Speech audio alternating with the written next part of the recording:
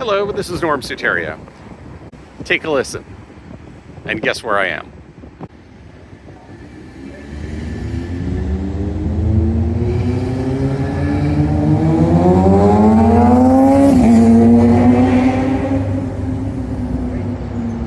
If you guessed that I'm on Bloomfield Avenue, you are absolutely right.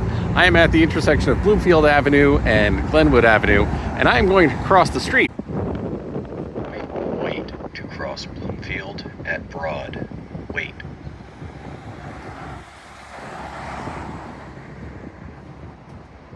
Wait.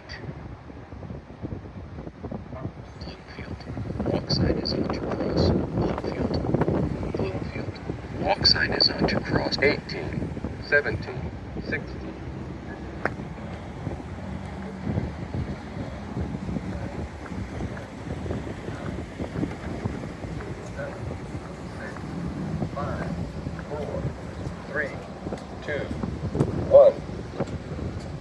And I made it across.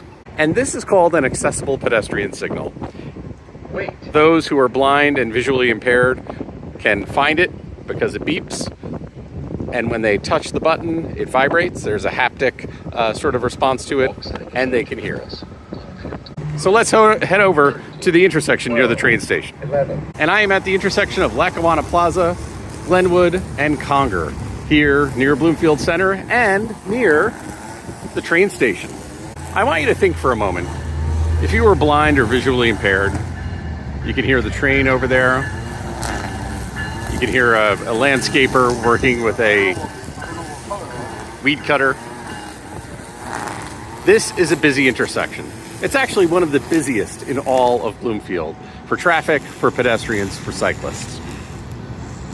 But there's a problem. Do you hear it? It's the lack of an accessible pedestrian signal. There are 8 signals at this intersection, and none of them are working. They have not worked since May of 2025. It is now July 2026. How do I know this? I made a complaint on the Clean Strong Bloomfield site, and there's been no response and no action. I've been awfully patient.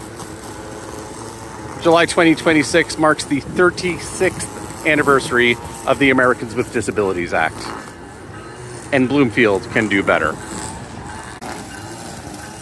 This is the button, and it is not working.